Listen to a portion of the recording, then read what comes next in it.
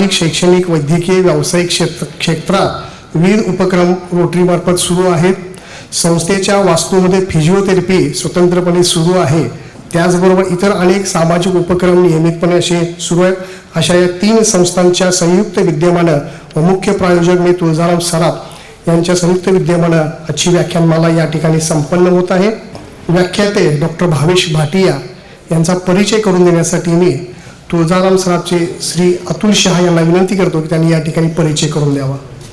नमस्कार. आज अपने इचलकरंजी में एक ऐसे यंग, डायनामिक और एंग्री यंग मैन, हमारे और आप सबके लाडले भावेश भाई भाटिया महाबलेश्वर से आए. मैं उनका पहले स्वागत करता हूँ.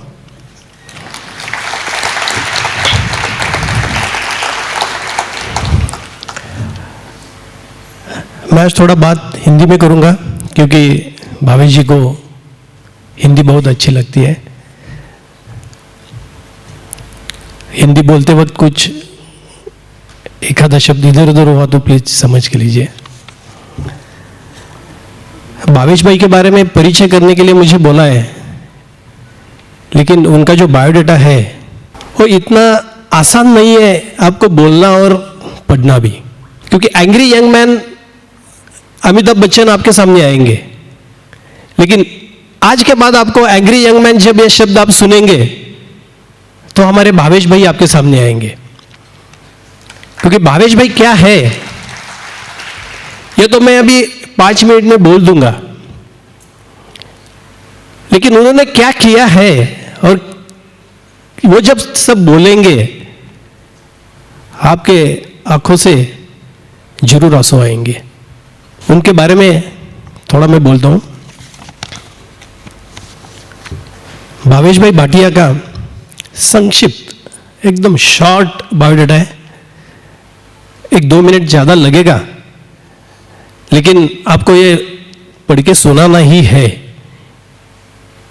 क्योंकि भारत में, अपने इंडिया में ऐसे कुछ रत्न है जिसके बारे में आपको हमको बहुत देर के बाद पता चलता है.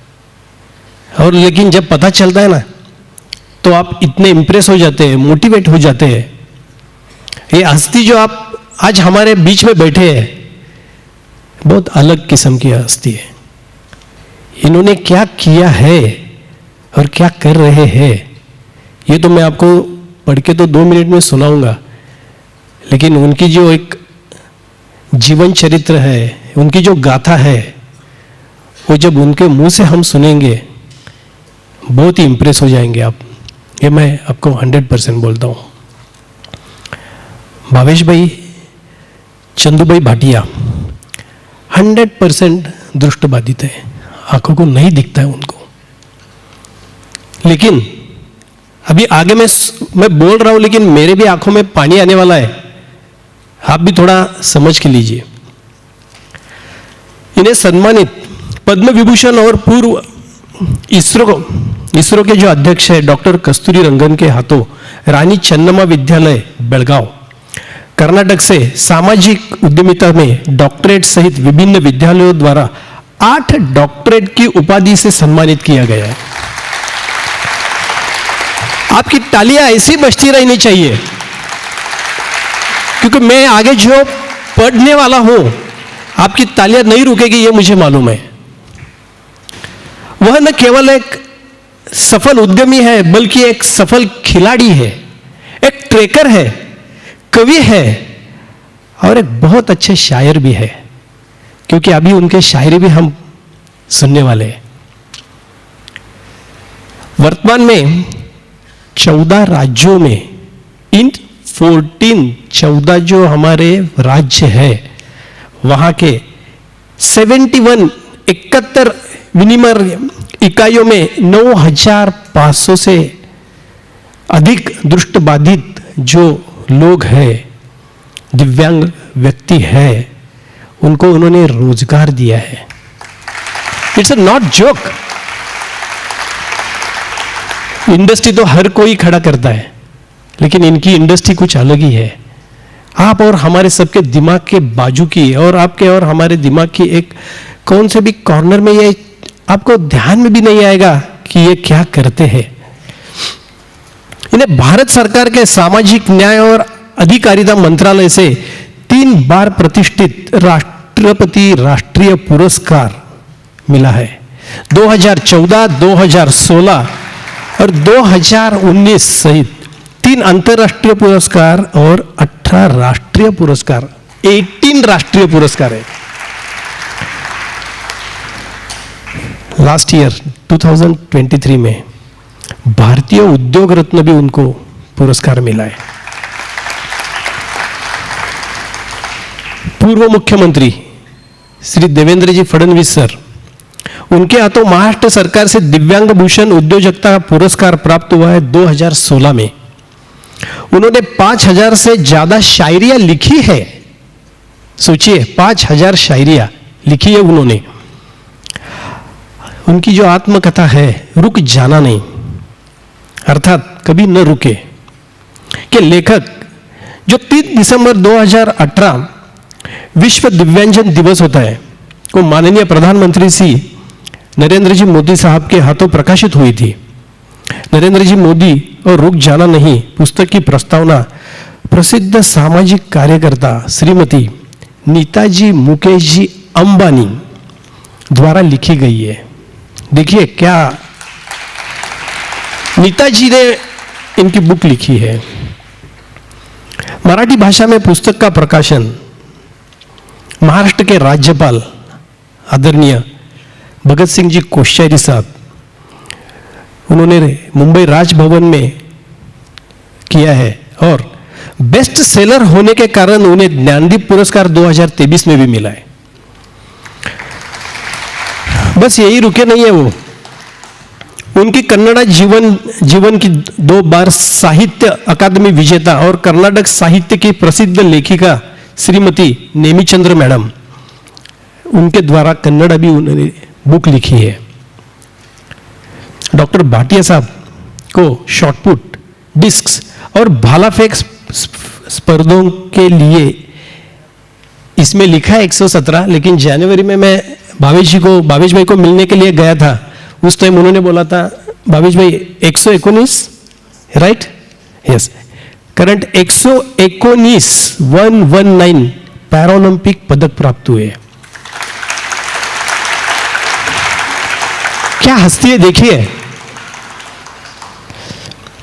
पूरी तरह से अंधे होने के कारण उन्होंने रिकॉर्ड समय में माउंट किलिमंजारो अफ्रीका और 2 बार स्टोक कांगड़ी लेह लद्दाख जो है, मीरा हिल नेपाल और द्वीप नेपाल और महाराष्ट्र की सबसे ऊंची चोटी कलसुबाई पीक पर 9 बार चढ़ाई की है।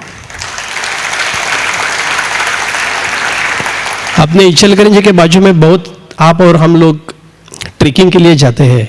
बस एक संडे या हफ्ते में 15 दिन में एक बार जाते हैं, लेकिन ऊपर जाने से और नीचे आने के बाद बस बाबा नेक्स्ट टाइम आएंगे सोचेंगे। लेकिन ये देखिए 9 बार, क्या ताकत है। कौशल विकास मंत्रालय ने सफल make in India, skill India और आत्मनिर्भर भारत परियोजना के रूप में सनराइज कैंडल पर वृत्त चित्र बनाया, जो दिव्यांग जनों के लिए उत्पन्न होने वाले इतने बड़े रोजगार पर केंद्रित है। इनका अतिरिक्त प्रशासनिक अनुभव है। 1994 में स्थापित सनराइज कैंडल के संस्थापक और अध्यक्ष 9500 से अधिक दिव्यांग लाभार्थियों को रोजगार के अवसर देने वाले और oceanic vision for the blind welfare society registered NGO के संस्थापक और अध्यक्ष है। ये दृष्टिबाधित वर्ग में पैरालंपिक्स समिति के अध्यक्ष भी है। नेशनल एसोसिएशन फॉर ब्लाइंड और महाराष्ट्र राज्य के खेल समिति के भी अध्यक्ष है। National association for the blind और महाराष्ट्र राज्य के ब्रांड एम्बेसडर है। National association for blind NAB unit Maharashtra के संयुक्त सचिव है। सातारा जिले के लिए समाज कल्याणक विभाग पालक मंत्री समिति के नेत्रहीन प्रतिनिधि भी है। नेशनल एसोसिएशन फॉर ब्लाइंड नैब सातारा के निर्देशक भी है। समय समय पर दिव्यांग व्यक्तियों के कल्याण के लिए विशेष रूप से महाराष्ट्र, गुजरात, छत्तीसगढ़, मध्य प्रदेश और उड़ीसा के लिए विभिन्न राज्यों की सरकारों द्वारा आयोजित विभिन्न समितियों में भी ये काम करते हैं। देखिए टाइम कैसे मैनेज करते हैं। एक दो अपने मेहमानों को भी अगर मिलने के लिए जाना है तो अपन टाइम नहीं एडजस्ट कर पाते, क्योंकि आज का शेड्यूल ही ऐसा हो गया है। लेकिन इनका शेड्यूल देखिए, जनवरी में, लास्ट जनवरी में मैं, मेरी मिसेस सारिका और मेरी लड़की अनु भावेश भाई को मिलने के लिए गए थे।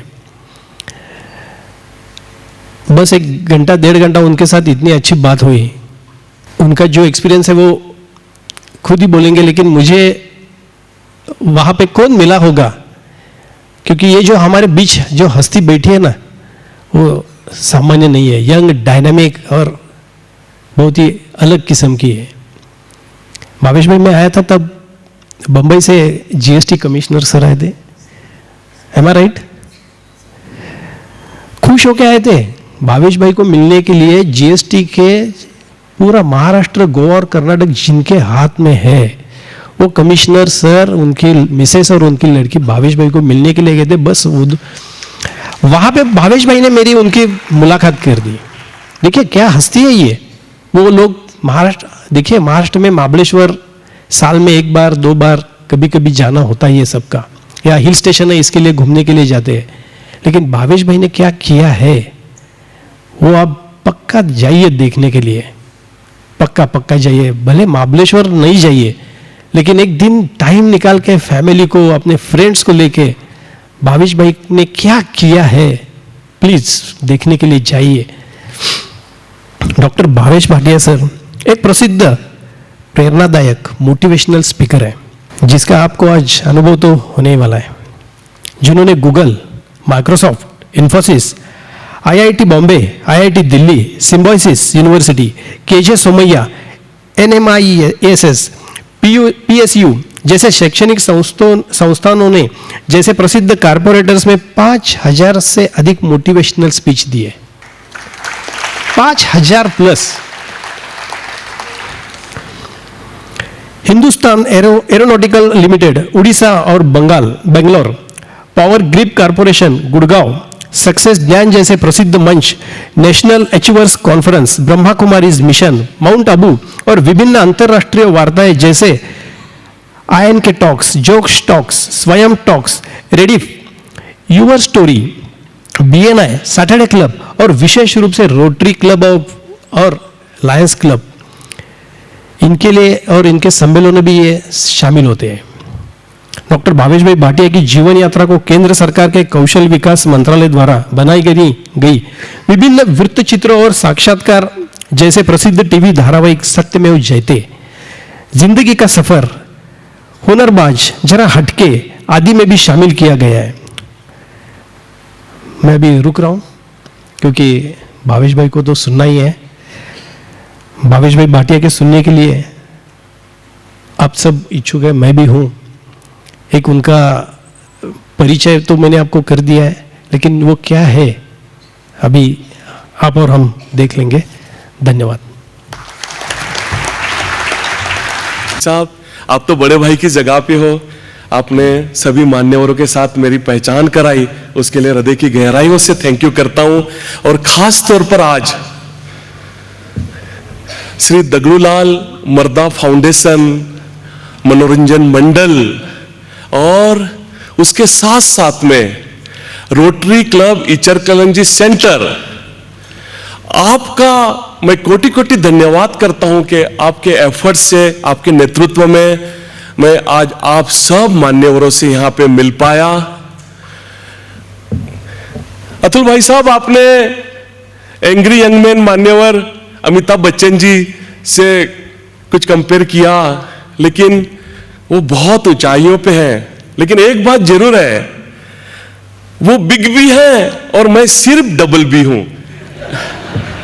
और आजकल तो शॉर्ट फॉर्म का जमाना है, तो मैं भी अतुल भाई साहब और सभी मान्यवर जिनका मैंने अभी नाम लिया, आप सबकी अनुमति से, क्योंकि आप सबके प्रति कई बार मुझे अपनी कृतज्ञता व्यक्त करनी है और हर बार इतने सब नाम लूंगा तो वक्त काफी इसमें व्यतीत हो सकता है। तो जो हमारे श्री दगड़ूलाल मर्दा फाउंडेशन, मनोरंजन मंडल और रोटरी क्लब इचलकरंजी सेंटर, तो इसको मैं अतुल भाई साहब आपकी परमिशन से DMMMRC ये कह सकता हूं। DMMRC अच्छा लगता है ना, ऐसे ED CBI सरी का एक पावरफुल नाम लगता है अब।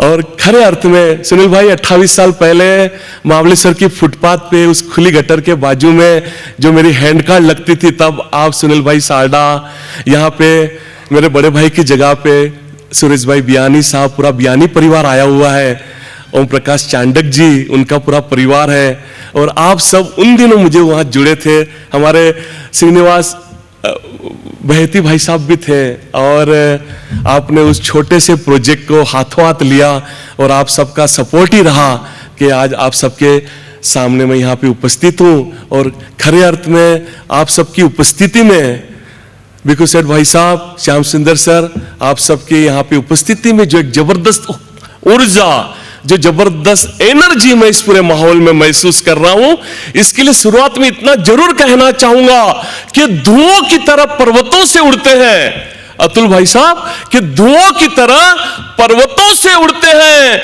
हम खुशबू की तरह फूलों से उड़ते हैं, और ये अंधेरे की कैचियां हमें खाक रोकेगी, हम पंखों से नहीं अपितु हौसलों से उड़ते हैं, हौसलों से उड़ते हैं, हौसलों से उड़ते हैं। कुछ लोग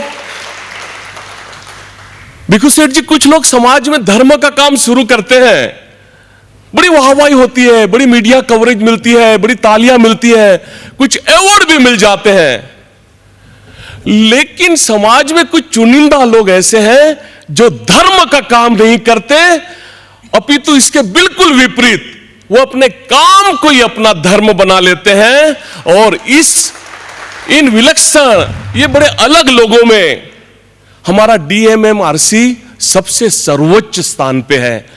लेकिन इसके लिए सुनील भाई साहब एक बड़ी विजन की जरूरत है, सुरेश भाई साहब एक जबरदस्त विजन की जरूरत है।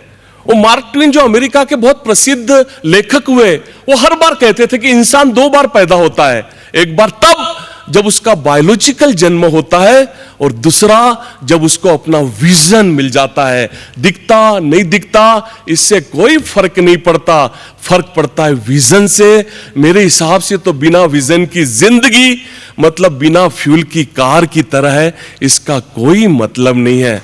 लेकिन इस विजन की प्राप्ति के समय बहुत हर्डल्स हैं, बहुत स्पीड ब्रेकर्स हैं। वॉरेन बफेट से लेकर रॉबर्ट कियोसाकी तक ने दुनिया की ऊंची सी ऊंची बिल्डिंग के टेरेस पे खड़े रह के हर बार ये बात कही कि जहां पे हर्डल्स है, जहां पे क्राइसिस है, वहीं पे अपॉर्चुनिटीज हैं। और इस हर्डल्स, स्पीड ब्रेकर्स के लिए इतना जरूर कहना चाहूंगा कि अपनी उलझनों से ही हमें अपनी मुश्किलों के हल मिले। जैसे टेढ़ी मेढ़ी शाखों से हमें ढेरों रसीले फल मिले, और उसके खारेपन में कोई बात तो जरूर होगी, तभी तो जाके सागर से हर बार गंगा जल मिले। तो ये जिंदगी का जो खारापन है वही हमें मोटिवेट करता है आगे बढ़ने के लिए। और रही बात ये अंध, अपंग, लाचार, बेचारा शब्दों की, मैं सिरे से नकारता हूं इन शब्दों को। अरे आज 21वीं सदी में इस तरह से कोई प्रॉब्लम है भी तो पूरा जागृत समाज हमारे साथ में खड़ा है। लेकिन तकलीफें और परेशानियां तो उस दिन होती है जब हम अपनी शरीर की तकलीफों को अपने मन पे, अपने दिमाग पे ले लेते हैं। बचपन से आज तक का ये जो प्रॉब्लम रहा, एक शारीरिक अक्षमता इसको जो कहते हैं समाज की तरफ से, मैं समझता हूं इन प्रॉब्लम से हमारे जीवन में सिर्फ 2 बातें हो सकती है अतुल भाई साहब, सिर्फ 2 बातें। या तो हम बिखर जाते हैं या फिर निखर जाते हैं। तो हम निखरने की ओर आगे क्यों न बढ़े? बिखरने का इतिहास रटने से ज्यादा बिखरने का इतिहास रटने से ज्यादा हम निखरने का इतिहास रचने की ओर आगे क्यों नहीं बढ़ सकते। और इन प्रॉब्लम, इन तकलीफों पे कविमन क्या खूब कहता है कि कौन कहता है, अरे कौन कहता है संग दिल को अश्क नहीं होते, हमने तो चट्टानों से भी झरनों को निकलते देखा है। और कौन कहता है तकलीफों में खुशियां नहीं मिलती, हमने कांटों पे गुलाबों को महकते देखा है। कौन कहता है जिंदगी में आगे बढ़ने को, अरे कौन कहता है जिंदगी में आगे बढ़ने को कांधा किसी का चाहिए ही चाहिए, हमने तो अक्सर कांधों पे सिर्फ जनाजों को निकलते देखा है। और कौन कहता है, अरे कौन कहता है मिट्टी ही जीवन का अंत है, हमने तो कई मजारों पे अनगिनत फूलों को खिलते देखा है, फूलों को खिलते देखा है। माता पिता की इकलौती संतान, डैडी दिहाड़ी मजदूर, रोज कमाओ रोज खाओ वाली बात थी। उन दिनों ऐसे सर्व शिक्षण अभियान की कोई खास व्यवस्था भी नहीं थी, लेकिन मां नहीं चाहती थी कि मैं किसी ब्लाइंड या स्पेशल स्कूल में पढ़ूं। बड़ी मुश्किलें हुई एक नॉर्मल स्कूल में दाखिला दिलाने में लिए, कई एफिडेविट करने पड़े, लेकिन अंत में दाखिला मिला। लेकिन उन 4,500 विद्यार्थियों की नॉर्मल बच्चों की स्कूल में मैं अकेला ब्लाइंड। आप ब्लैक बोर्ड नहीं पढ़ पाते, आप किताबें नहीं पढ़ पाते, चलो एक कोने में बैठो, एक कोने में बिठा दिया जाता। मुझे भी लगता कि मैं भी ग्राउंड पे जाऊं, मैं भी फुटबॉल को किक लगाऊं, मैं भी क्रिकेट खेलूं, लेकिन मेरे हिस्से उन तमाम विद्यार्थियों की किताबें, स्कूल बैग और टिफिन बॉक्स से ज्यादा कोई काम ही नहीं आता।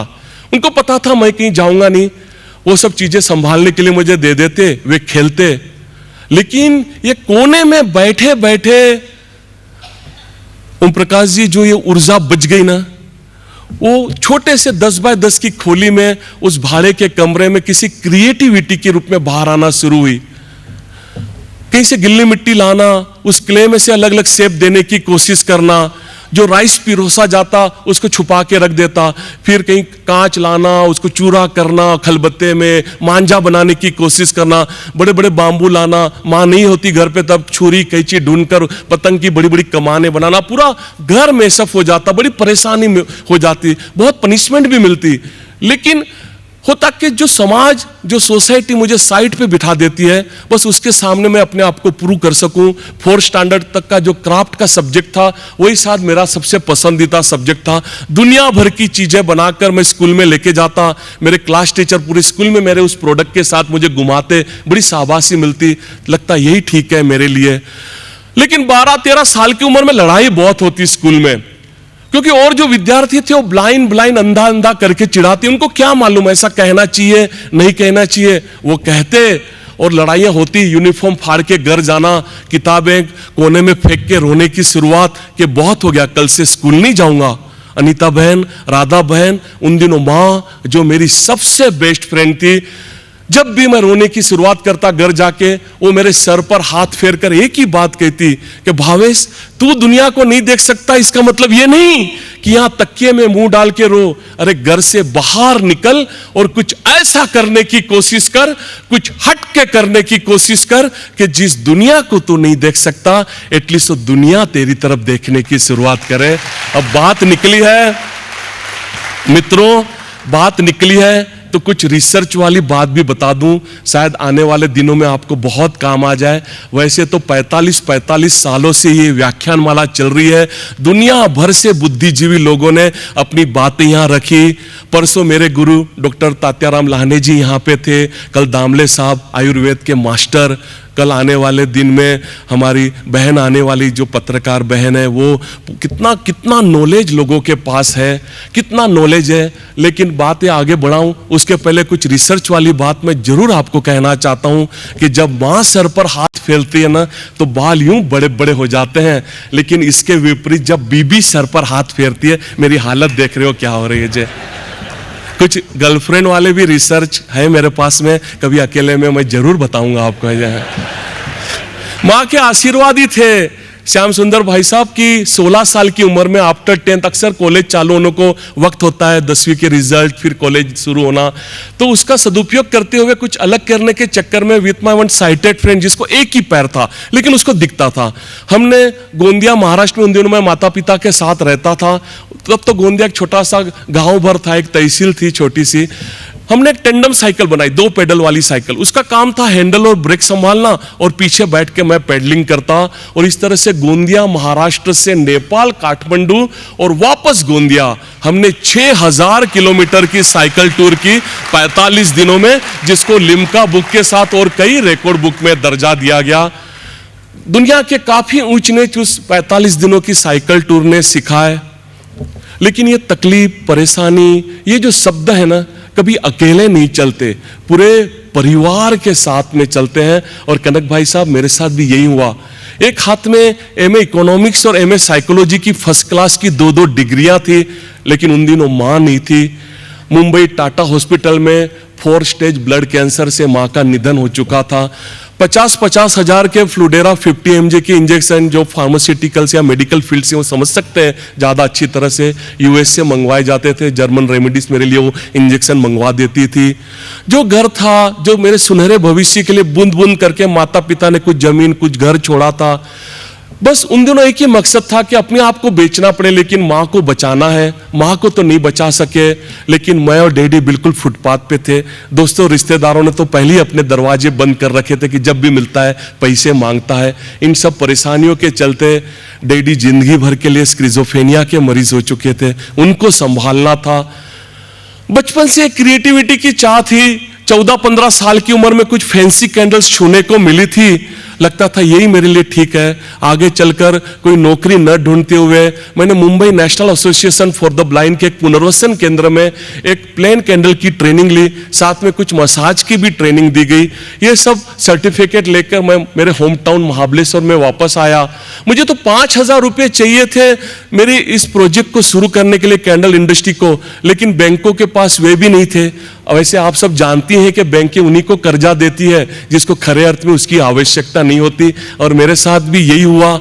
तो जो मसाज की एक मेरे पास में स्किल थी, मैंने आजू बाजू के होटल और रिसोर्ट्स में ऐसे मसाजिस्ट काम करते हुए 5, 10, 20 रुपए जोड़े, और जब 5000 रुपए मेरे पास हुए, मैंने उस मसाज के काम को हमेशा के लिए अलविदा कहा, और उन 5000 रुपयों में से एक मैंने सादी मोमबत्ती की कास्टिंग की डाई खरीदी जो करीब 24 कैंडल प्रोड्यूस करती थी, और जो पैसे बच गए उसमें से 20 किलो कच्चा माल, जिसको हम मोम कहते हैं, वैक्स कहते हैं, वो खरीदा। और उस भाड़े से छोटे से कमरे में मैंने 1994 में सनराइज कैंडल की नींव डाली।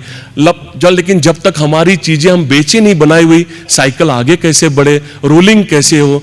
तो महाबलेश्वर की मार्केट में, जो महाबलेश्वर आप जानते हैं, एक ही आधे किलोमीटर, पौने किलोमीटर में पूरा मार्केट है। तो उस मार्केट में मेरा एक दोस्त सुबह से शाम तक एक हैंड कार पे अपनी चाय की दुकान लगाता, शाम को फ्री हो जाता तो उससे 50 रुपये रोज पे मैंने वो हैंड कार्ड भाड़े पे ले ली। दिन भर की बनाई हुई कैंडल के साथ वो मुझे उस हैंड कार्ड पे शाम को 5, 5:30 बजे खड़ा कर देता, रात को वापस घर पे छोड़ने भी आ जाता। लेकिन उस हैंड कार्ड पे सुनील भाई साहब, जो सही काम मैंने किया, जो मुझे लगता है वो यही था कि जो भी सामने ग्राहक आए उनको मैंने अपना ब्रांड एम्बेसडर बनाने की कोशिश की, उनसे दोस्ती करने की कोशिश की, उनसे दिल से जुड़ने की कोशिश की। क्योंकि मेरे एमए इकोनॉमिक्स के हर प्रोफेसर ने मुझे एक ही सलाह दी थी कि देखो भावेश, तुम एक कच्ची गुजराती परिवार से आते हो जो अक्सर बिजनेस करने के लिए जाने जाते हैं, लेकिन तुम अपने नाम की तरह बड़े इमोशनल किस्म के इंसान हो, ये नहीं चलेगा। अगर आगे बढ़ना है, बिजनेस करना है और बिजनेस में सफल होना है, तो सिर्फ और सिर्फ अपना दिमाग लगाओ और कोई बात सोचने की जरूरत नहीं है। आज सालों बीत गए कॉलेज छोड़े, लेकिन आज तक मैं अपने प्रोफेसरों को नहीं समझ पाया। मैं समझता हूं बिजनेस तो क्या, किसी भी क्षेत्र में अगर आगे बढ़ना है तो उसमें दिमाग से ज्यादा अपना दिल लगाना बहुत जरूरी है। क्योंकि दिमाग प्रकृति ने भले सबसे ऊपर की मंजिल पे दे दिया, लेकिन कई बार वो संजोगवश पैर से नीचे की बातें सोचने के लिए मजबूर हो जाता है, जमीन से नीचे की बातें सोचने के लिए मजबूर हो जाता है। लेकिन मैं यकीन के साथ कहता हूं, मैं दावे के साथ कहता हूं कि दिल भले यहां लेफ्ट में हो, वो सोचता हर बार राइट बातें हैं। इसलिए हर ग्राहक को मैंने दिल से जोड़ने की कोशिश की। अब एक इंडिविजुअल ग्राहक जब आपसे जुड़ता है तो क्या कमाल होता है, इसकी हम कल्पना भी नहीं कर सकते। एक छोटी सी घटना उन दिनों घटी। मैं उन दिनों जब भी हैंड कार्ड पे होता अपनी प्रोडक्ट बेचने के लिए, मैं कस्टमर बिहेवियर पे काफी रिसर्च करता कि मेरे प्रोडक्ट को छूकर या उस हैंड कार्ड के सामने खड़े रहकर उनके क्या अभिप्राय है, और वो सुनकर मैं अपनी मार्केटिंग की स्ट्रेटेजी तैयार करता। कई बार ऐसा भी होता, बियानी साहब के कुछ जो कपल मेरे हैंड कार्ड के सामने खड़ा होता तो हस्बैंड अपनी वाइफ को बड़ा इंसिस्ट करता होता, अरे देखो कितनी प्यारी कैंडल है, तुम्हारे माता पिता भाई बहन सबके लिए खरीद लो। या जो भी हस्बैंड जो भी वाइफ सब बैठे हुए सबको मालूम है, जो भी भाई बहन बैठे हैं सबको मालूम है कि कोई भी हस्बैंड अपनी वाइफ को शॉपिंग के लिए इस तरह से इंसिस्ट नहीं करता।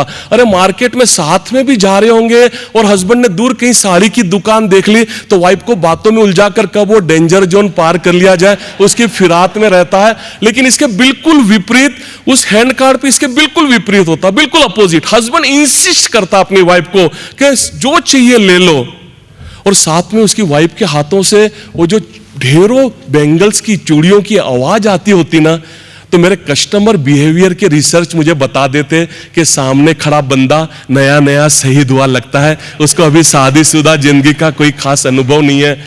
अब 3-4 साल वालों को भी पहचानना कोई वैसे ज्यादा मुश्किल नहीं था, क्योंकि रिसर्च इतने पावरफुल हो चुके थे। अच्छा कैंडल है, चलो एक आधी ले लो।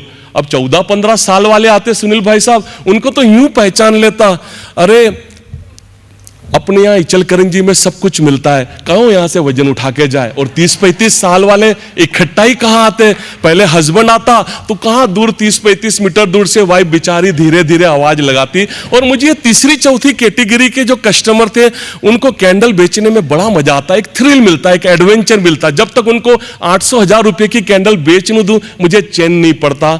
ऐसे ही एक कपल का आना उस हैंड कार्ड पे, ये बात मैं इसलिए कह रहा हूं कि आप सब भी बिजनेस कम्युनिटी से आते हो, अपना बड़ा बड़ा बिजनेस करते हो, तो एक इंडिविजुअल ग्राहक हमारे लिए कितना महत्वपूर्ण हो जाता है, इसके लिए बात मैंने छेड़ी।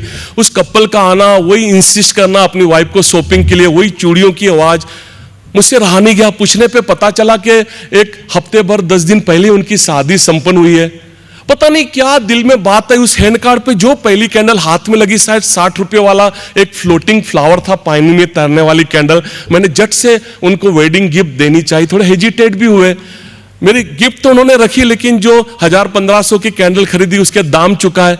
जिस ग्रोसरी शॉप के सामने मैं हैंड कार्ड लगाता था, जाते जाते उस ग्रोसरी शॉप का उन्होंने लैंडलाइन नंबर लिया, उन दिनों तो मोबाइल वगैरह थे नहीं, और गए। 15 दिन के बाद उस लैंडलाइन नंबर पे मेरे लिए फोन आया। मैं कुछ कहूं उसके पहले उन्होंने अपनी पहचान देनी शुरू की कि हम आए थे, आपने वो वेडिंग गिफ्ट दी थी। मुझे याद आ गया, मैंने कहा हाँ सर कहिए मैं क्या कर सकता हूं आपके लिए। उन्होंने कहना शुरू किया कि देखो भाभी जी, मैं उस दिनों मेरा कार्ड आपको नहीं दे पाया, लेकिन यहाँ पुणे इन्फोसिस में मैं बहुत बड़ी पोस्ट पे काम करता हूं, और 40 दिन के बाद हमने बहुत बड़ा फंक्शन रखा हुआ है। फेस 1 फेस 2 के मिला ले तो करीब करीब 24,000-25,000 एम्प्लॉय होते हैं।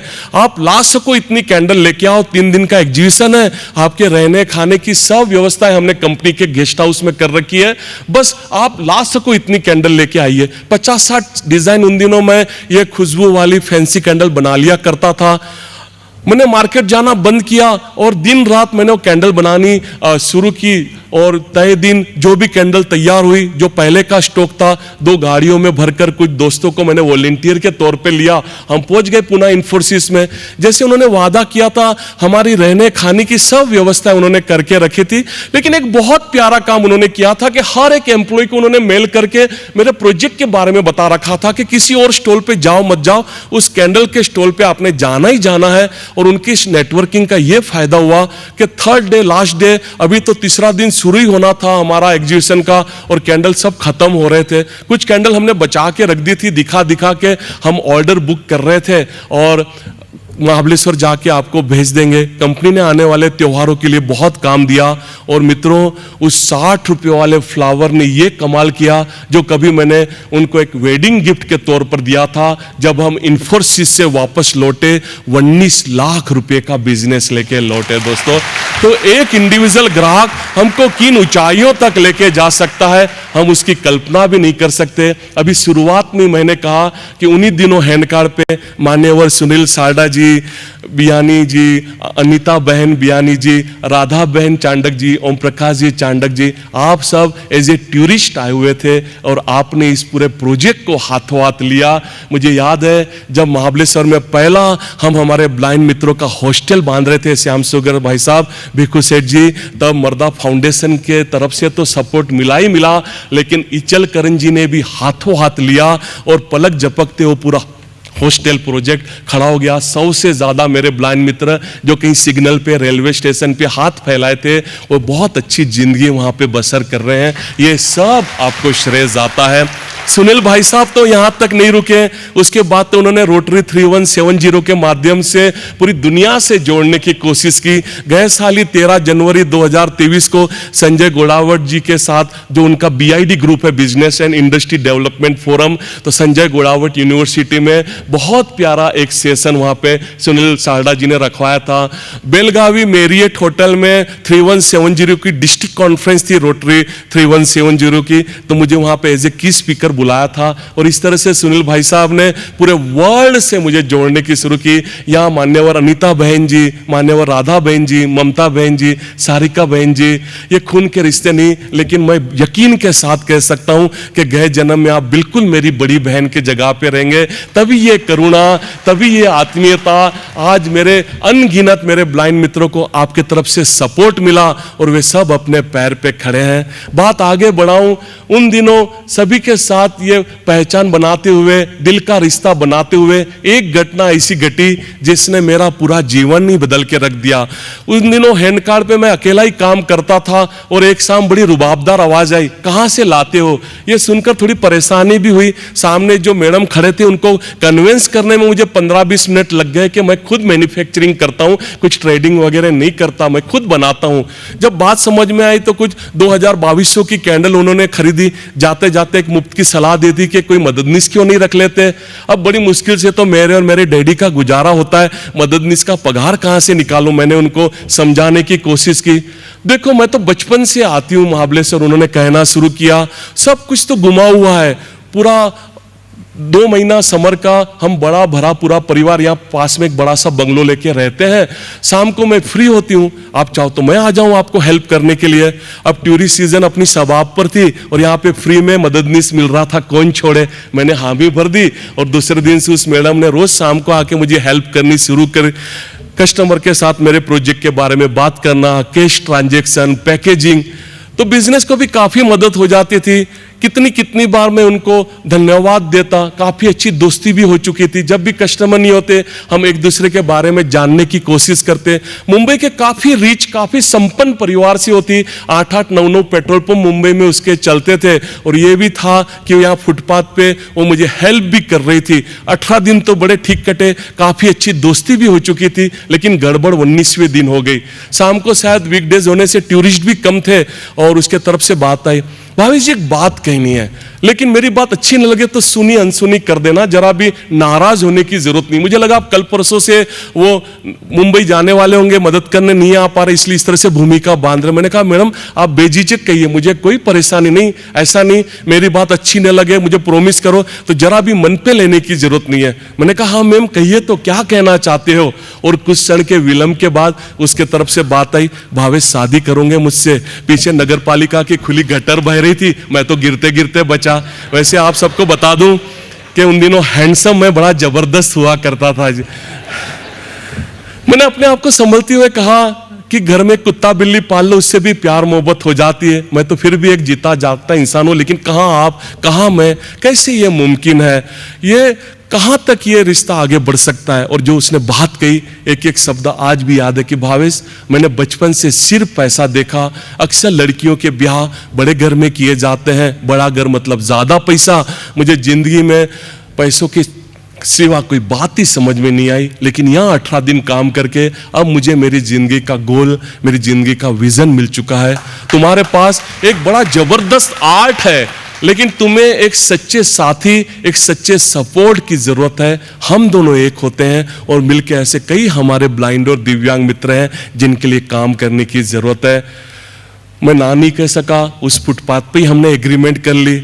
लेकिन वहां पीछे विलन बहुत थे। वो अनारकली के लिए एक मुगल बादशाह थे, लेकिन मेरे लिए मुगल बादशाहों की पूरी फौज थी।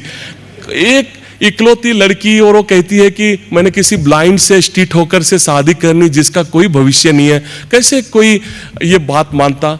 बड़ी मुश्किल से उसके माता पिता कन्विंस हुए, लेकिन और जो रिश्तेदार साथ में आए थे उन्होंने शर्त रख दी कि अभी सगाई करते हैं, 1 साल के बाद शादी। उनको लगता था इस 1 साल में लड़की के सर से समाज सेवा का भूत उतर जाएगा, वो अपनी जगह, मैं अपनी जगह। लेकिन बाद में मैं कहाँ मानने वाला था। सुनील भाई साहब का छोटा भाई हर हफ्ते, बड़ा ढीठ किस्म का इंसान, हर हफ्ते मुंबई पहुंच जाता उससे मिलने कि कहीं वो अपने विचार न बदल दे।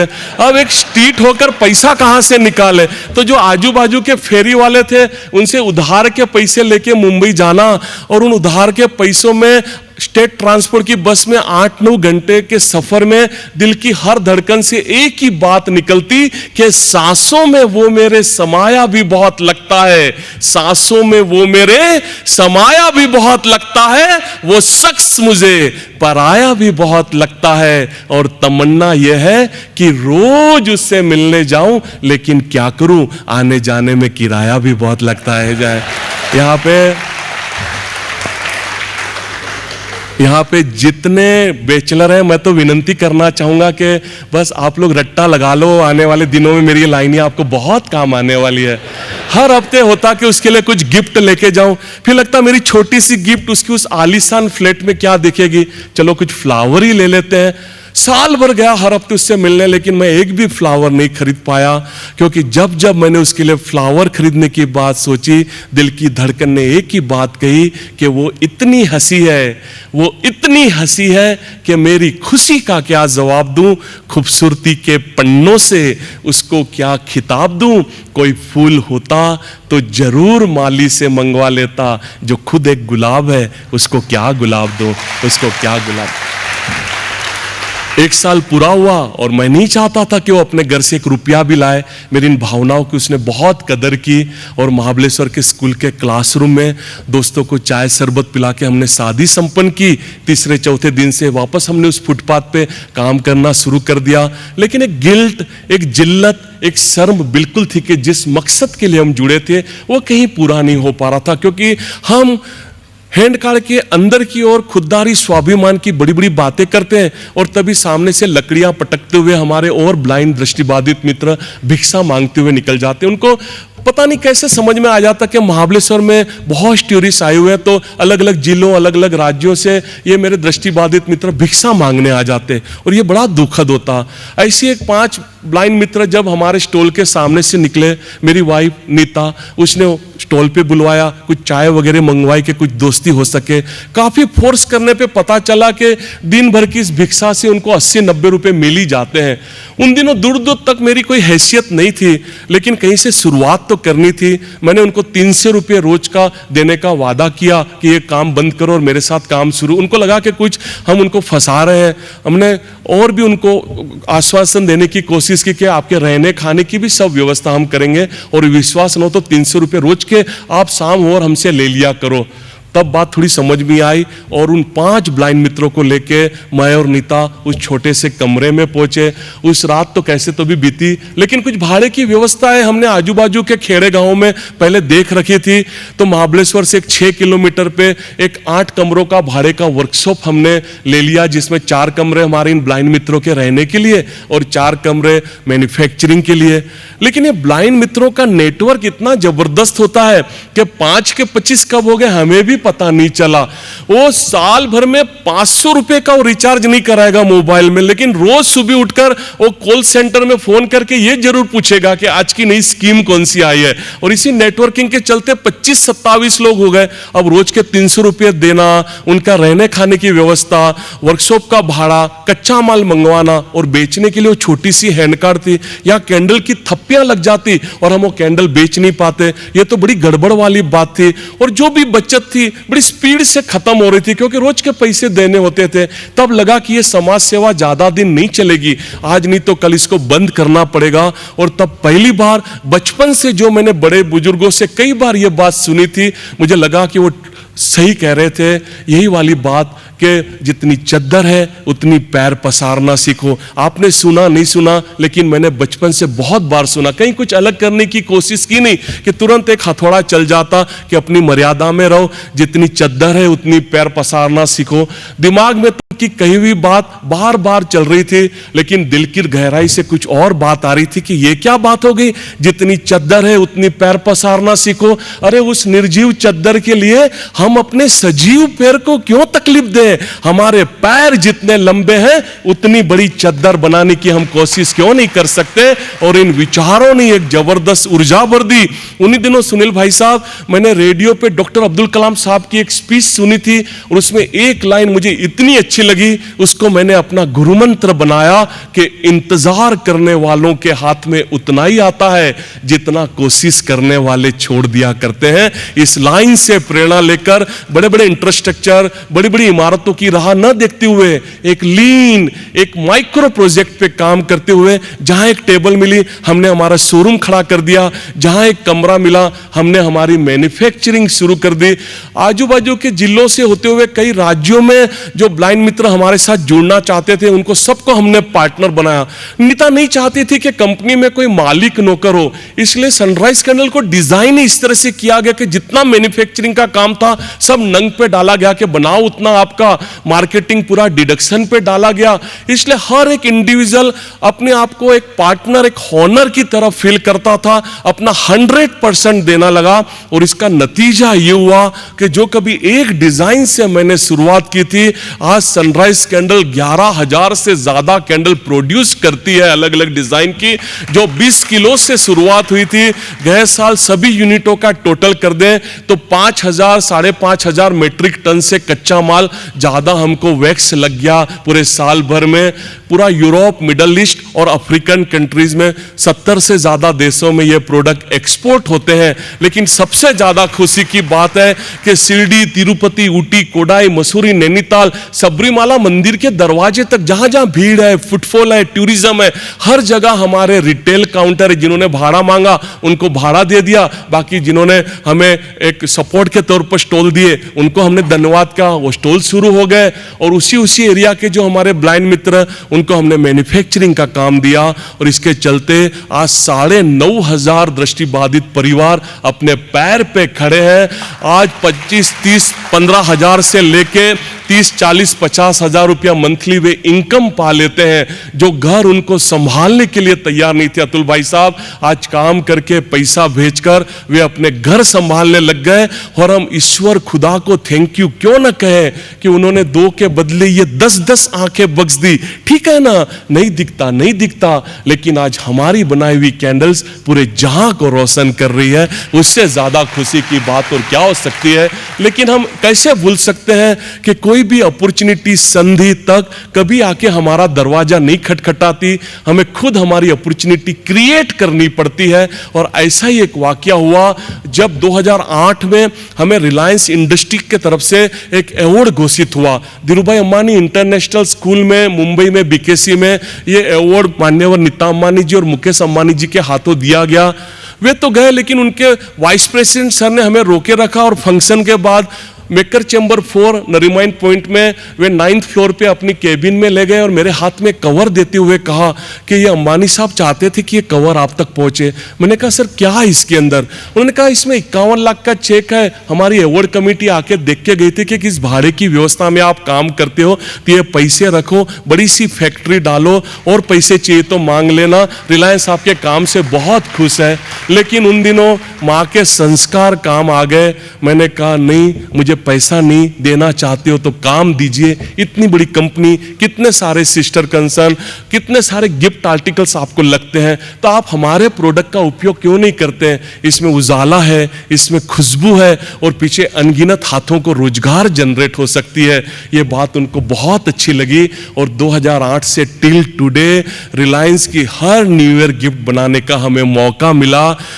दोस्तों मुझे बताइए, यहाँ तो सभागृह में एक से बढ़कर एक बिजनेसमैन, एंटरप्रेन्योर बैठे हुए हैं, मुझे बताइए इससे बड़ी एंटरप्रेन्योरशिप की बात क्या हो सकती है कि कभी 51 लाख का चेक लौटा कर, मैं तो यूँ कहता हूँ कि 51 लाख हमने रिलायंस में इन्वेस्ट किए और 2008 से टिल टुडे उस 51 लाख के सामने उनका बड़कपनी था कि उन्होंने हमारे ब्लाइंड मित्रों को करीब करीब 135 करोड़ से ज्यादा का काम दिया।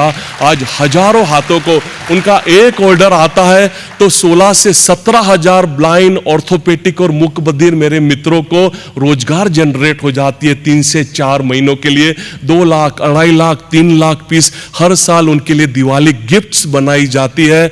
अभी 31 मार्च 2023 को मुंबई बीकेसी में जिन्होंने विजिट की, नीता मुकेश अंबानी कल्चर सेंटर का उद्घाटन हुआ तो वहां भी हमें बुलाया गया था, हफ्ते भर के लिए बुलाया था और आज साल भर हो गया फिर भी हमारा स्टॉल वहाँ पे चालू है। 50 से ज़्यादा मेरे ब्लाइंड भाई बहन वहाँ पे काम कर रहे हैं। रोज का 3,000 रुपया उनको स्टाइपन दिया जाता है। उनके रहने खाने की सब सुविधाएं की हुई है। अभी 3 मार्च को जो अनंत अंबानी जी की प्री वेडिंग हुई जामनगर में, उसके लिए 70,000 बॉक्स हमारी ब्लाइंड टीम ने बनाए। और ऐसा नहीं कि ट्रांसपोर्ट से भेज दो, हमें 10 लोगों को प्लेन से, चार्टर्ड प्लेन से उन्होंने जामनगर बुलवाया और मार्क जुकरबर्ग से लेके बिल गेट्स से लेके दुनिया भर के जितने भी वीआईपी थे हमारे हाथों से वो गिफ्ट उनको दी गई जी। लेकिन ये पैसे लौटाने का इतना ही फायदा नहीं था। जब 11 मार्च 2019 को आकाश अंबानी की शादी हुई तो उन 25,000 वीवीआईपी लोगों में मुझे और मेरी वाइफ नीता को उन्होंने वहाँ बुलाया, स्टेज पे नाम लेके बुलाया, बड़ा सम्मान दिया। आप सब जान ही चुके हैं कि मेरी वाइफ का नाम भी नीता है। वो हर बार कहती है कि नीता भाटिया नीता अंबानी जी की तरह बड़ी खुश है, बड़ी हैप्पी है। लेकिन एक लाइन में उसमें और जोड़ देता हूं कि जिनके धर्मपत्नी के नाम नीता होते हैं वो हस्बैंड बहुत एक्स्ट्राऑर्डिनरी होते हैं जी। परचेस ऑर्डर उनका जो आया उसने अपने कमाल दिखाए। 2000 काफ़ी फार्मास्यूटिकल, होटल ग्रुप्स, बड़े बड़े इंडस्ट्री जो थे, सीमेंट मैन्युफैक्चर वगैरह थे, बिल्डर ग्रुप्स थे, उनके लिए हमने काम करना शुरू किया। क्योंकि आज 1.5 करोड़ से ज़्यादा ब्लाइंड रजिस्टर्ड है। हम तो सब तक पहुंचना चाहते थे। 1 से 1.5% सरकारी नौकरियां मिलती है और बाकी लोग ऐसे ही हाथ पे हाथ धरे बैठे हैं। तो हम चाहते थे सब तक ये काम पहुंचे। लेकिन 2014 में बड़ी अनोखी बात हुई। हमने 2014 में किंगफिशर के लिए 3.5 लाख बियर मग बनाए थे। मैं आपको एक दिखाने के लिए लेके आया हूँ। 3.5 लाख बियर मग हमने किंगफिशर के लिए बनाए थे। इस तरह से ये ऐसे 3.5 लाख बियर मग थे। अब मुंह में पानी लाने की बिल्कुल आवश्यकता नहीं है क्योंकि ये मोम से बना हुआ है और ये चिल्ड भी नहीं है। ये जेल और हार्डवेक्स की मदद से ऐसे 3.5 लाख बियर मग हमने, सुरेश भाई साहब, हमने किंगफिशर के लिए बनाए थे। लेकिन रोज सुबह उठकर हम ईश्वर का कोटि कोटि धन्यवाद देते हैं कि माल्या जी भागे उसके पहले हमारा पेमेंट देके गए। नहीं तो मैं अभी यहां नहीं होता। मैं मेरे परम मित्र आदेश भाई साहब और सुनील भाई साहब के साथ अभी इंग्लैंड के चक्कर लगाता होता मैं वसूली के लिए। लेकिन ये मेहनत के पैसे कहाँ जाते हैं। आज 500 से ज़्यादा मैनेजमेंट कॉलेज सनराइज कैंडल को केस स्टडी करती है। मैं उन तमाम मित्रों, विद्यार्थियों से कहता हूँ कि चीज़ें बनाना बहुत आसान है लेकिन सबसे ज़रूरी है चीज़ें बेचना। मार्केटिंग सबसे ज़रूरी है। हम दुनिया की कोई भी भाषा उठा लें, हमें ये कहावत मिलेगी कि आप बेच सकते हो तो मिट्टी भी बेच सकते हो, नहीं तो आप सोना भी नहीं बेच सकते। मार्केटिंग बहुत जरूरी है। ये मार्केटिंग की छोटी सी घटना मुझे याद आ रही है। अभी हर इंडस्ट्री का एक वेस्टेज होता है। ये अलग बात है कि केमिकल इंडस्ट्री आज भी नदी नालों में वेस्टेज बहा दिया जाता है, अलग विषय है। लेकिन हमारी कैंडल इंडस्ट्री में कुछ वेस्टेज नहीं है। लास्ट में वर्कशॉप में मैन्युफैक्चरिंग यूनिट्स पे जो झाड़ू भी लग जाता है तो चूरा भी रिसाइकलिंग हो जाता है। तो शुरुआत के दिनों में तो जो कार्विंग, एम्बोस, डाई वर्क करके जो बारीक बारीक अलग अलग कलर का चूरा, रेती से भी बारीक चूरा जो अलग अलग कलर का गिरता, हमने संभाल के रखा कि आज नहीं तो कल उसको गर्म करके रिसाइकलिंग कर लेंगे।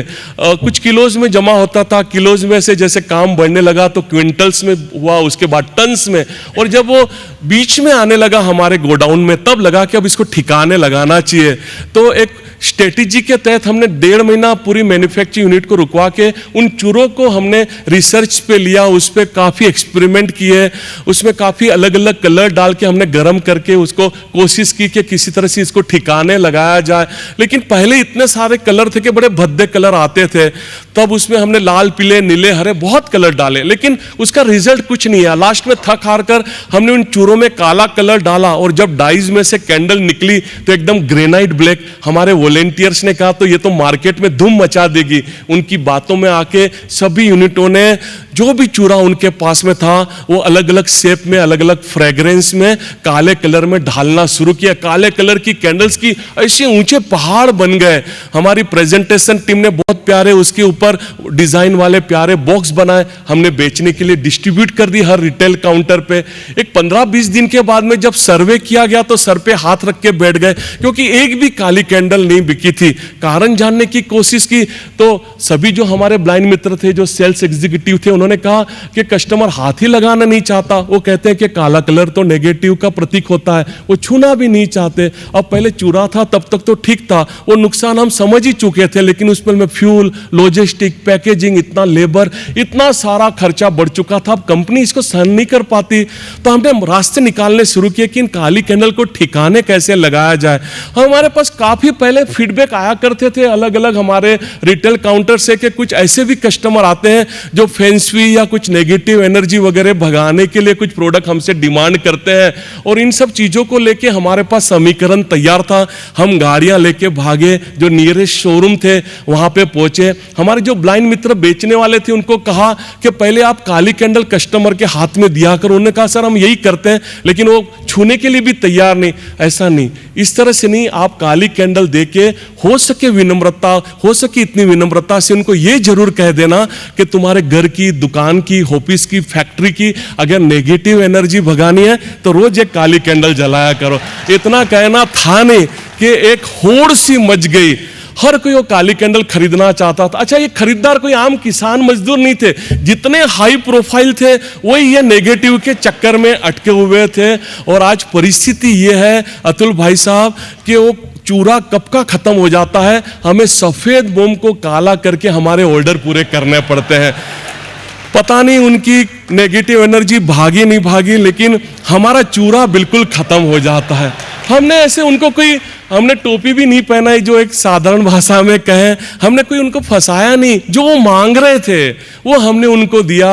और आज हमें 6-6, 8-8 महीने के एडवांस में ऑर्डर दिए जाते हैं। बड़े बड़े, मैं इंडस्ट्रियल इसकी नाम नहीं लेना चाहता, thousands of, lakhs of crore का जो कारोबार करते हैं, ऐसे इंडस्ट्रीज के तरफ से हमें ये काली कैंडल बनाने का ऑर्डर मिलता है। तो मार्केटिंग सबसे जरूरी है, चीजें बेचना बहुत जरूरी है। 2012 में जैसे अतुल भाई साहब ने कहा, सत्यमेव जयते की शूटिंग हुई, आमिर खान जी खुद आए थे सेंटर पे और एक आधे घंटे का एपिसोड सनराइज कैंडल पे बनाया गया। 2014 में जैसे आपने वीडियो में देखा, भारत सरकार के तरफ से 1969 से नेशनल अवार्ड दिए जाते हैं, जिसको हम राष्ट्रपति पुरस्कार भी कहते हैं। लेकिन कैंडल इंडस्ट्री का पहला राष्ट्रपति पुरस्कार हमें 2014 में दिया गया। बड़ी खुशी हुई कि चलो इस तरह से एक नेशनल स्तर पे सराहे गए। लेकिन दिल्ली से लौटकर महाबलेश्वर आके मैंने उन तमाम स्ट्रीट होकर को ढूंढा जिन्होंने मार्केट की उस छोटी सी जगह को खाली कराने के लिए कितने बार मेरी हैंड कार्ड फेंक दी थी। वो कहते कि तुम्हारे पास तो सबसे बड़ा हथियार है, किसी मंदिर के बाहर बिठा देते हैं, चाहिए उतना फंड जमा करो। कहां ये बनाने बेचने के झंझट में हो, ये जगह खाली करो तो कल से हम शूज चप्पल की दुकान लगा देंगे। उनकी बातों को सुनी अनसुनी करके जब मैं अपने काम पे लगता तो नतीजा ये होता कि वो हैंड कार्ड फेंक दी जाते। आप ही की तरह जो जागृत टूरिस्ट वहां घूमते होते वो सब चीजों को वापस खड़ा कर देते, मैं काम पे लग जाता। लेकिन दिल्ली से लौटकर मैं उन तमाम स्ट्रीटों से मिला, उनके घर गया, उनको मिठाइयां दी, उनसे गले मिला और उनको मैंने एक बात जरूर कही कि आपने मेरी हैंड कार्ड फेंकी नहीं रही थी तो मैं राष्ट्रपति भवन तक पहुंच ही नहीं पाता।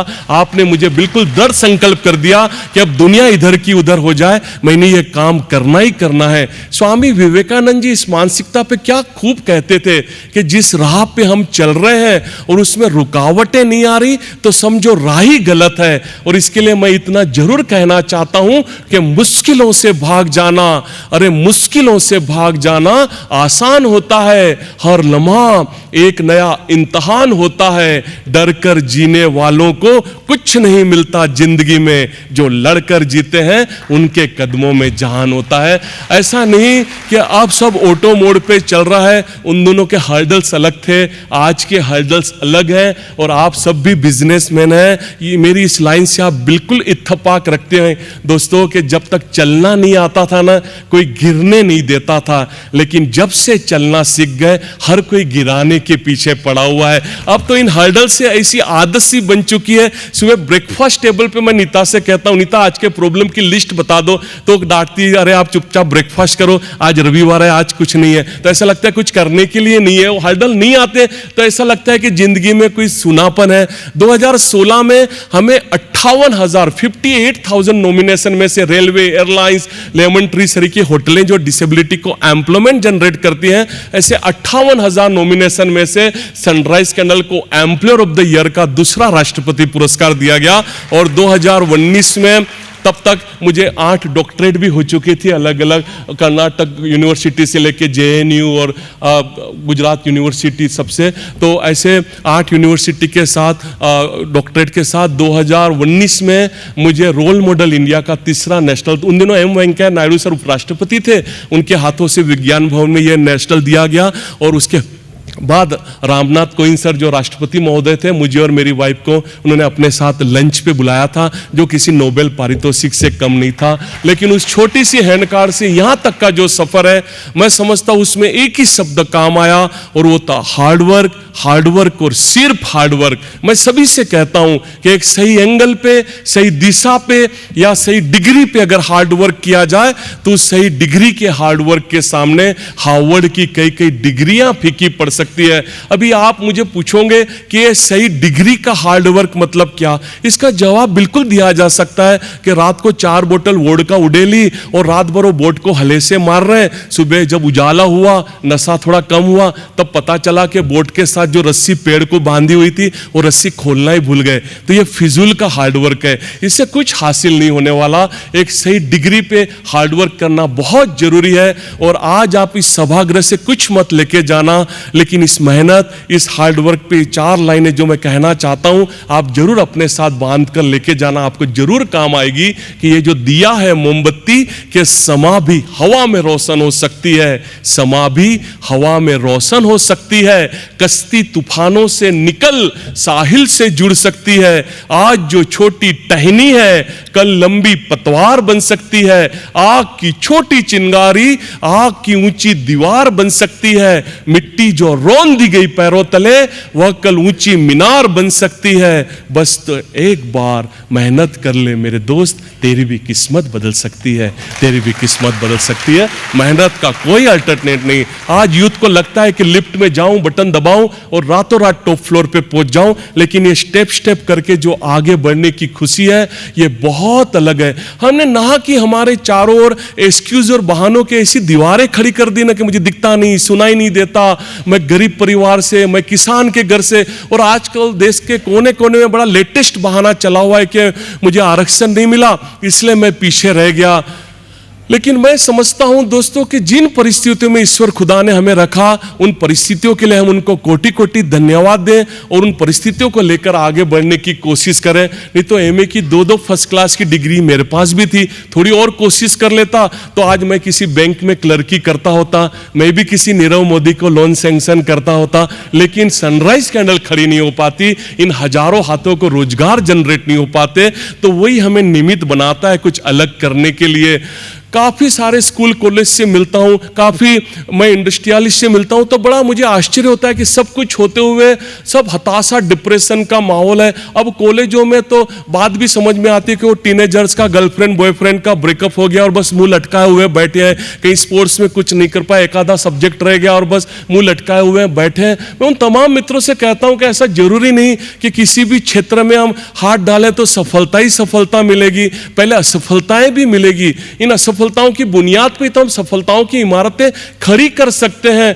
और उन तमाम मित्रों को मैं एक बात जरूर कहता हूं कि होके मायूस न कभी ढल जाना, होके मायूस न कभी ढल जाना, शाम के अंधेरे की तरह जीवन एक सुबह है, रोज उगते रहो भोर के सूरज की तरह। हर दिन एक नया दिन, एक नई सुबह, जो बीत गया उसको हम डस्टर से साफ करें और जो एम्प्टी ब्लैक बोर्ड मिली उस पे सुवर्ण अक्षरों से वापस अपना अपना जीवन लिखने की शुरुआत करें। महात्मा गांधी जी के 3 बंदरों वाली बात आप मैं हम सब जानते हैं, बचपन से हमने सुनी कि बुरा मत देखो, बुरा मत बोलो, बुरा मत सुनो। ये 3 बंदरों वाली बात हमने बचपन से सुनी, लेकिन मेरी व्यक्तिगत राय है कि उन 3 बंदरों के परिवार में एक और बंदर को शामिल करने की जरूरत है, और वो है बुरा मत सोचो। क्योंकि जैसा हम सोचते हैं ना, बिल्कुल हमारे साथ ऐसा होता है। एक ताकत इस पृथ्वी पे बिल्कुल है जो हमारे विचारों को पूरा करने के लिए तत्पर होती है। शायद ओम शांति ओम फिल्म में शाहरुख खान उसको कायनात का नाम दे दे, ओशो, आचार्य रजनीश अक्सर इसको अस्तित्व का नाम देते थे। हजारों नाम हो सकते उस ताकत के लिए, लेकिन एक ताकत है बिल्कुल कि जैसा हम सोचते हैं बिल्कुल हमारे साथ ऐसा होता है। जिंदगी भर दूसरों की बुराइयां और दूसरों की वीकनेस ढूंढते ढूंढते फिर जाने का वक्त आ जाता है, और फिर इतना ही कहना पड़ता है कि मैं अपने अंतिम दिनों में बस यही सोचता रहा कि धूल तो चेहरे पे थी, मैं नहा की आईना पोंछता रहा। हम पॉजिटिव सोचें, एनर्जिक सोचें और आगे बढ़ने की कोशिश करें। अच्छा अतुल भाई साहब, काफी मित्रों से जब मैं हाथ मिलाता हूं तो उनकी हर उंगली में अंगूठी, मैंने कहा इतनी सारी अंगूठियां, हाँ हमने भी बड़े पापड़ बेल लिए, बस इन ग्रहों के ऊपर में छोड़ा है, वही नैया पार लगाए। वापस मुझे बताते भी कि देखो ये लाल वाला पत्थर का टुकड़ा मंगल वाला है, सफेद वाला किसी और ग्रह का। दुनिया भर के पत्थर के टुकड़े उन्होंने अपने अंगूठियों में सजाए हुए हैं। मैं कहता हूं ये छोटे छोटे ग्रहों के जो प्रतिनिधित्व करते हुए पत्थर के टुकड़े, और वहां वो करोड़ों करोड़ों करोड़ों किलोमीटर दूर के ग्रह तुम्हारा क्या अच्छा बुरा करेंगे। उनको और कोई काम धंधा नहीं है क्या कि छोड़ छाड़ के तुम्हारी अच्छाई के लिए लग जाएंगे।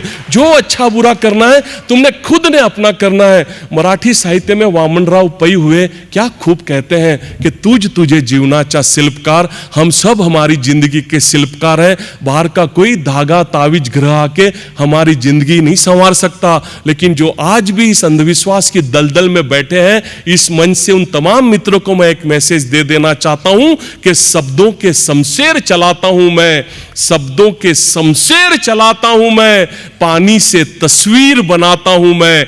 कायर है वो जो किस्मत की बात करते हैं, अरे किस्मत की तो खुद तस्वीर बनाता हूं मैं। उस 1988 की साइकिल टूर के बाद जिंदगी से मैं ऑर्गेनाइजर्स को खास कहना चाहता हूं कि जिन्होंने अपनी अंगूठियों में अंगुलियों में ऐसी अंगूठियां लगाई हुई है, वो आज भी झिझक रहे हैं ताली बजाने के लिए मेरी शायरी के ऊपर में। मैं तो आप सबसे विनती करता हूं कि ऐसी अंगूठियां जाने के पहले ये जो ऑर्गेनाइजर्स हैं उनके ताबे में देखे जाइए। तो ये 45 सालों से जो ये व्याख्यान माला चल रही है, 3 अंगूठियों को बेच के आगे के 10 साल के लिए बड़ा काम हो जाएगा उनका जी, है ना। उस 1988 की साइकिल टूर के बाद जिंदगी से करीब करीब स्पोर्ट्स निकल चुकी थी, लेकिन 26-27 की उम्र में जहां स्पोर्ट्समैन ग्राउंड छोड़ देता है, मैंने अपने बचपन के प्रिय खेल गोला फेंक, थाली फेंक, भाला फेंक को वापस खेलना शुरू किया। आप जानते हैं जैसे ओलंपिक है वैसे पैरा ओलंपिक। मैंने पैरा ओलंपिक डिस्ट्रिक्ट 97-98 में पहली बार खेली, 99 में स्टेट खेला, 2001 में पहली बार बेंगलोर में नेशनल खेला, और 2002 में एक ऐसा समा बंधा कि 2002 से टिल टुडे मैं शॉर्टपुट का पैरा ओलंपिक का नेशनल रिकॉर्ड लेके हूं। अब तक 119 पैरा ओलंपिक मेडल्स मेरे पास में हुए दोस्तों। इस तरह के 119 मेडल्स दोस्तों पैरा ओलंपिक के। महाबलेश्वर की यूनियन बैंक में हमें 3 लॉकर दिए गए हैं सिर्फ मेडल रखने के लिए, लेकिन ये मेडल दिखाकर मैं कोई अपना बड़कपन साबित करना नहीं चाहता। जितना यूथ यहाँ बैठा हुआ है, मैं आज आपके साथ में शर्त लगाना चाहता हूं कि जब मैं अगली बार आऊं तो मुझसे ज्यादा मेडल्स आपके पास में होने चाहिए। जब पहला गोल्ड मेडल आया तो नीता मेरी वाइफ ने कहा कि आपको 10 किलोमीटर ट्रैवल करके जिम तक जाना पड़ता है, कितना अच्छा हो कि जिम ही आप तक आ जाए। तो उसने घर पे ही एक जिम लगा दी। अब परिस्थिति है अतुल भाई साहब कि रोज सुबह 4 से 8 मुझे जिम में जाना पड़ता है, उसके बिना नाश्ता ही नहीं मिलता। आज 53 की उम्र में आज भी 350-400 पुशअप्स निकालना, वेट प्रैक्टिस करना, ग्राउंड प्रैक्टिस करना, तब जाके नाश्ता मिलता है। अब बट नेचुरली अभी मैं 12-12:30 बजे निकलूंगा, सुबह सुबह 4 बजे तो पहुंचूंगा, तो तब ताकत कहां बचेगी जिम में जाने के लिए। और ऐसे वक्त में फिर बड़ी खुशामतें करो, बड़ी मिन्नतें करो तो दया दृष्टि दिखाते हुए एक आधा सा पराठा दे दिया जाता है। अदरवाइज एग्रीमेंट ये है कि जिस दिन एक्सरसाइज नहीं उस दिन नाश्ता नहीं। लेकिन फिर कल मुझे बड़ी खुशामत करनी पड़ेगी, तब नीता आधा सा पराठा मुझे देगी और उस आधे से पराठे की प्लेट को लेके जिम के किसी कोने में खड़े रह के चेहरा नीचे करके गुनहगार की तरह चुपचाप खा लूंगा। और जूने जमाने का ऐसे वक्त में कोई गीत भी गा लेता हूं कि अजीब नाश्ता है ये, कहां शुरू कहां खत्म। लेकिन ये सब के सब मेडल नीता को समर्पित है। स्ट्रिक्टली वेजिटेरियन हूं, एक भी नहीं खाता दोस्तों, लेकिन ये जो नियम इस शराब है वही हमें आगे लेकर जाता है। मेरे साथ अनगिनत ऐसे मेरे खिलाड़ी मित्रों को मैंने अनुभव किया कि शॉर्टकट मारने में कई दवाइयां ले ली, कई इंजेक्शन ले ले और बहुत अच्छा कैरियर उनका बन सकता था, लेकिन ये शॉर्टकट के चक्कर में उन्होंने सब बर्बाद कर दिया। लेकिन परेशानी तो मेरे स्पेन के कोच ने बढ़ा दी, जो sports authority of India Sai के तरफ से मुझे मिला हुआ था। वो रोज मेल करके नीता से कहता कि बाकी सब ठीक चल रहा है लेकिन उसको स्टेमिना के लिए दौड़ाओ। अब उसको क्या मालूम कि यह हालत खराब हो जाती है, पसीना पसीना हो जाता हूं, लेकिन अब कोच कहता है तो दौड़ना पड़ेगा क्योंकि रोज रिपोर्ट्स भी तो भेजने हैं साई में। नीता ने बहुत प्यारा रास्ता निकाला। उसने अपनी कार को एक कैरियर लगाया और कार की डिक्की में 15 फुट की नायलॉन की रस्सी रख दिया करती और महाबलेश्वर के पोलो ग्राउंड में मुझे ले जाती। एक छोर रस्सी का कैरियर को, दूसरा छोर मेरे हाथ में, वो गाड़ी चलाती, मैं रस्सी पकड़कर भागता। और सुनील भाई साहब इस तरह से हमारी दौड़ की प्रैक्टिस होती। मैं भी उन शुरुआत में बहुत गदगद था कि क्या दिमाग पाया मेरी धर्मपत्नी ने, उसको पता ना चले। इस तरह मनोमन उसको मैं दंडवत प्रणाम भी कर दिया करता था। लेकिन ये खुशी सिर्फ 7 दिन टिकी। 8वें दिन समझ में आ गया कि कहीं तो भी गड़बड़ है। और उस दिन से आज तक मुझे मेरी वाइफ से बहुत दबके रहना पड़ता है। वैसे हर हस्बैंड को रहना पड़ता है लेकिन मुझे सबसे ज्यादा, क्योंकि आज गलती से उसके सामने जरा भी ऊंची आवाज में बोल दूं तो दूसरे दिन ग्राउंड पे गाड़ी की स्पीड बढ़ जाती है, और बोलो जोर से। लेकिन ये सब के सब मेडल उसको समर्पित है। उसको कई बार मैं मजाक में कहता हूं कि नीता, हस्बैंड वाइफ के संबंध 7 जन्मों के होते हैं, लेकिन आपको एतराज न हो तो 7 के साथ 1 0 और लगा देना। उसको कई बार कहता हूं कि नीता तुम गांधारी से बड़ी हो। हमने तो यही पढ़ा, यही सुना कि उन्होंने अपनी आंखों में पट्टी बांध के रख दी थी, लेकिन आपकी सुंदर आंखों से मैं ये सुंदर दुनिया को देख पाया। अब महाभारत वाली बात चली तो एक और रिसर्च वाली बात मैं बता दूं।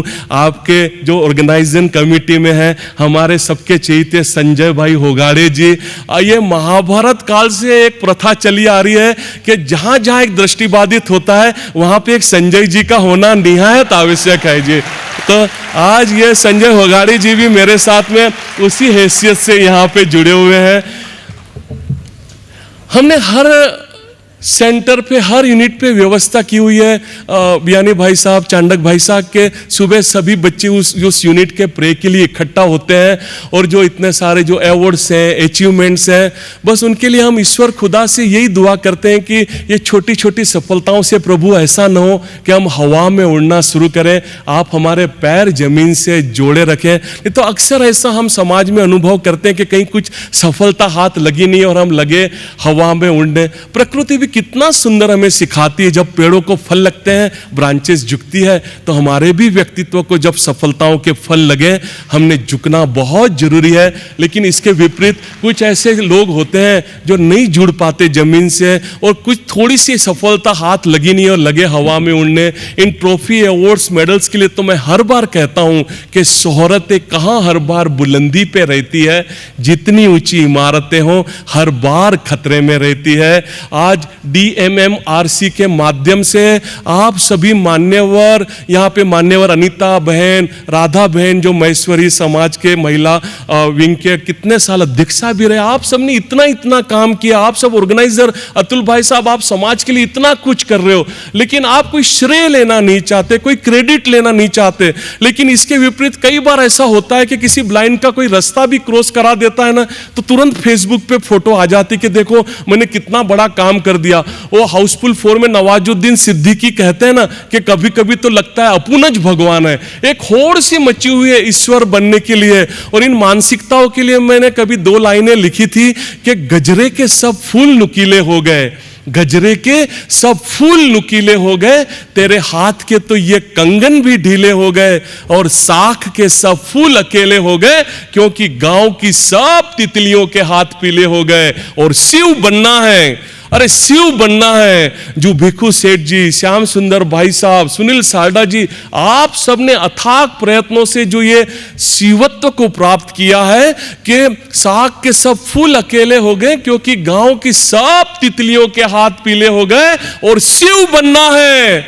अरे शिव बनना है तो पहले विषपान भी करना होगा, ऐसा नहीं कि जामुन खाए और होठ नीले हो गए। तो आजकल समाज में ये जामुन खा के होठ नीले करने वालों की तादाद बहुत बढ़ चुकी है, लेकिन मैं आपको कोटि कोटि धन्यवाद देता हूं कि 45 सालों से इस बार का 46वां साल, आप 10 वक्ता भी एक साल में पकड़ ले तो 450-500 वक्ता हो जाते हैं। और इन वक्ताओं का ईगो का कुछ कम थोड़ी होता है, उनको सबको संभालना, इतने बड़े ऑडियंस को संभालना, इतना खर्चा करना। मैं तो आपके जो स्पॉन्सर्ड हैं उनको सैल्यूट करता हूं कि इतने सालों से आपके साथ जुड़े हुए और बड़े यशस्वी तौर पे इस व्याख्यानमाला को आप आगे लेके जा रहे हैं, कोई श्रेय लिए बिना, कोई क्रेडिट लिए बिना। लेकिन कई बार ऐसा होता है कि हम ना कि इन क्रेडिट के चक्कर में हम अपना कीमती समय बर्बाद कर देते हैं। आज समाज में एक व्यवस्था ऐसी बन चुकी कि हमने सबने एक दूसरे को सिर्फ पैसों से तोलना शुरू कर दिया।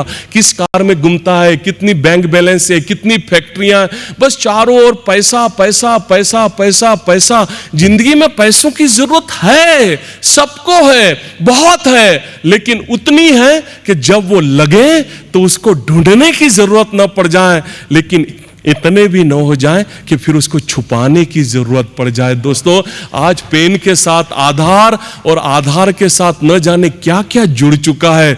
कौन बनेगा करोड़पति कहना बहुत आसान है, लेकिन कौन बचेगा करोड़पति कहना बहुत मुश्किल है। दोस्तों, मैंने तो जीएसटी के कमिश्नर से दोस्ती कर ली, पता नहीं आपकी दोस्ती है कि नहीं दोस्तों, लेकिन मेरी दोस्ती इसलिए है, मुझे बड़ा फक्र है कहने के लिए कि पूरे भारत में दिव्यांग कैटेगरी में हम शायद सबसे ज्यादा टैक्स भरने वालों में से हैं। हम भी कोई सरकारी मदद, कोई ग्रांट लिए बिना हम भी देश की जीडीपी में अपना योगदान देने की कोशिश करते हैं। आप कहोगे कि इतने सारे हॉस्टल, आप 37 से ज्यादा हॉस्टल बन गए, इतने हजारों की संख्या में ब्लाइंड मित्र, तो रिलायंस तो आपकी इतने करीबी है, तो आप उनसे पैसा क्यों नहीं मांग लेते हैं। लेकिन इसके लिए मैं एक आपको बात बता दूं कि नाना पाटेकर जी ने, हमारे महाराष्ट्र के एक बहुत बड़े नेता है, उनके लिए कभी एक बात कही थी कि वो मेरे बहुत अच्छे दोस्त हैं, लेकिन तब तक ही है जब तक मैं उनसे कुछ मांगता नहीं।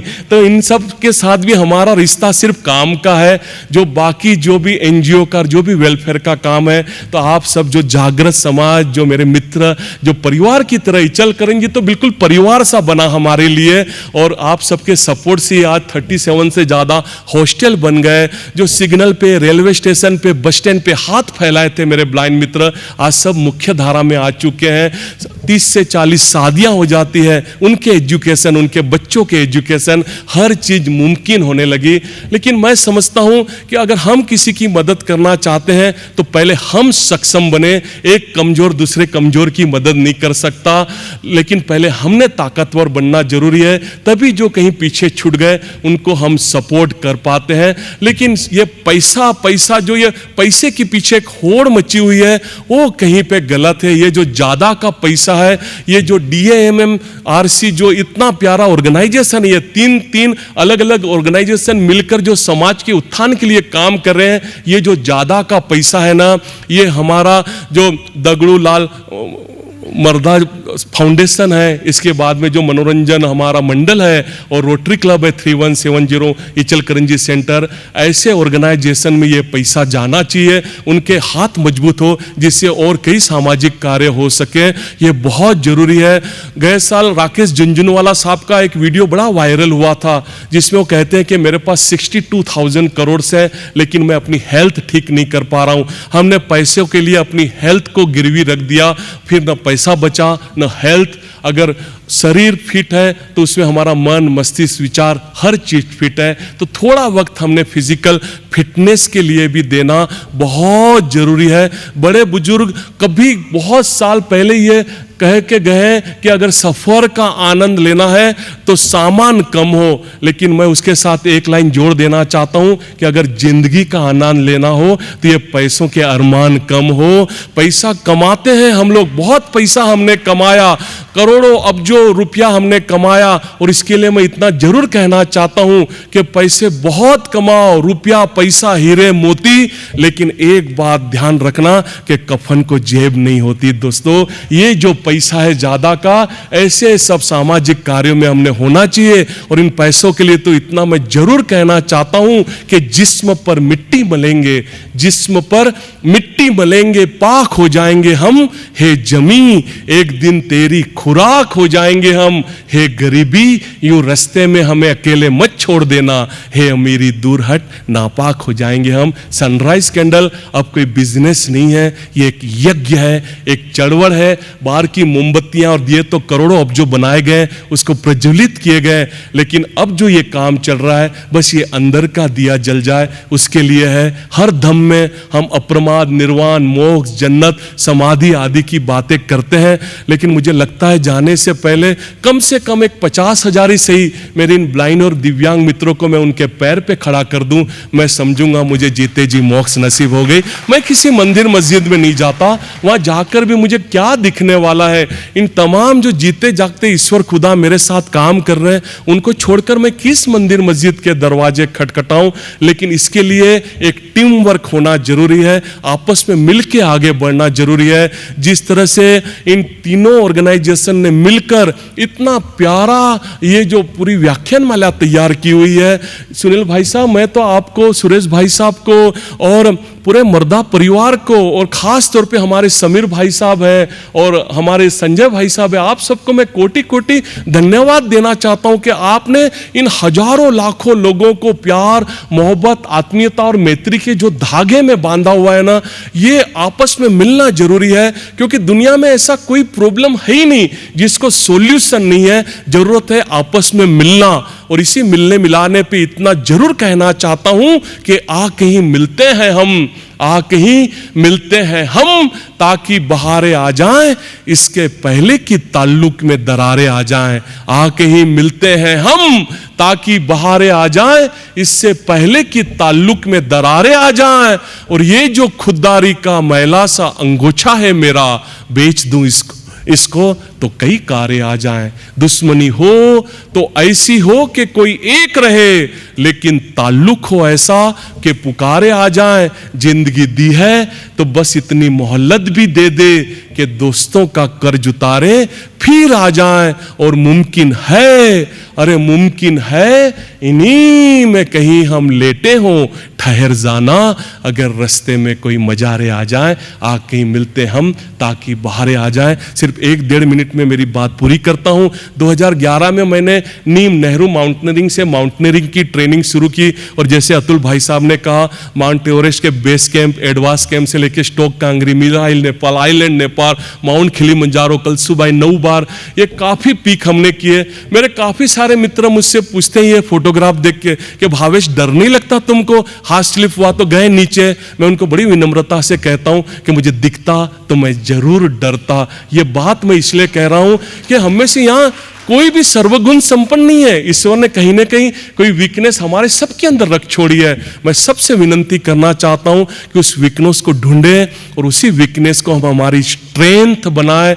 यहाँ जो मुझे आज बुलाया गया है ना इचलकरंजी में, ये एक भावेश का मान सम्मान नहीं है सुनील भाई साहब, ये देश में बसने वाले करोड़ों करोड़ों करोड़ों मेरे दिव्यांग मित्रों का मान सम्मान है। उन सब के तरफ से मैं ऑर्गेनाइजर्स का कोटि कोटि धन्यवाद देता हूं। और आप सबके प्रति मेरे मन में जो श्रद्धा है ना, आज मुझे ये कहने के लिए बड़ी विवश कर रही है कि जब सभी शहंशाह अपनी अपनी कब्रों में भूत बनकर बैठे होंगे, हम समुद्र सिंधु के पानी में बूंद बनकर बैठे होंगे।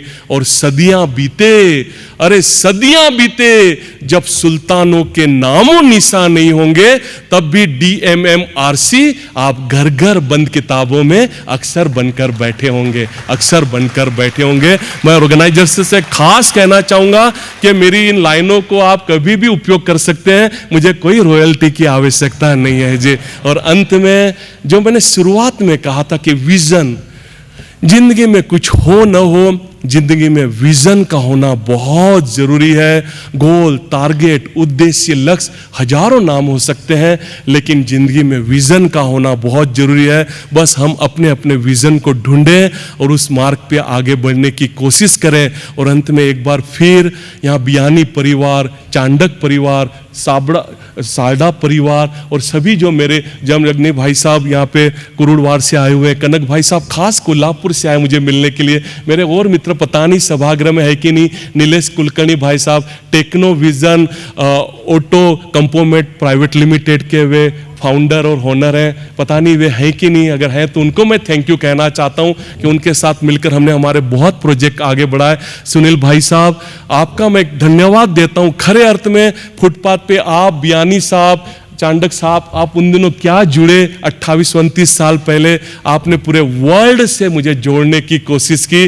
और ये जो गोल, विजन, इसके ऊपर जो मैं बात कहना चाहता था, अंत में मेरी पसंदीदा लाइन के साथ मेरी वाणी को विराम देना चाहूंगा कि मंजिलों को कभी यह न बताओ, मंजिलों को कभी यह न बताओ, अरे मंजिलों को कभी यह न बताओ कि तुम्हारी तकलीफें कहां है, लेकिन तकलीफों को यह जरूर बताओ कि तुम्हारी मंजिलें कहां हैं। आपका बहुत धन्यवाद। Thank you so much. Thank you Atul भाई, थैंक यू ऑर्गेनाइजर्स, आपका बहुत धन्यवाद। Thanks a lot, thank you.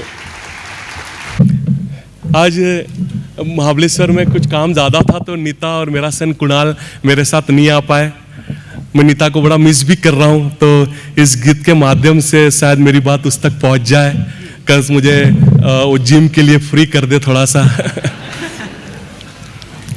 ये नीता के लिए मैं ये गीत मेरी वाइफ नीता को डेडिकेट करता हूँ। आज से अपना वादा रहा, हम मिलेंगे हर एक मोड़ पर। आज से अपना वादा रहा, हम मिलेंगे हर एक मोड़ पर। दिल की दुनिया बसाएंगे हम, गम की दुनिया का दर छोड़कर। जीने मरने की किसको पड़ी, प्यार कर ले घड़ी दो घड़ी, ओ जिंदगी की ना टूटे लड़ी, प्यार कर ले घड़ी दो घड़ी। Thank you.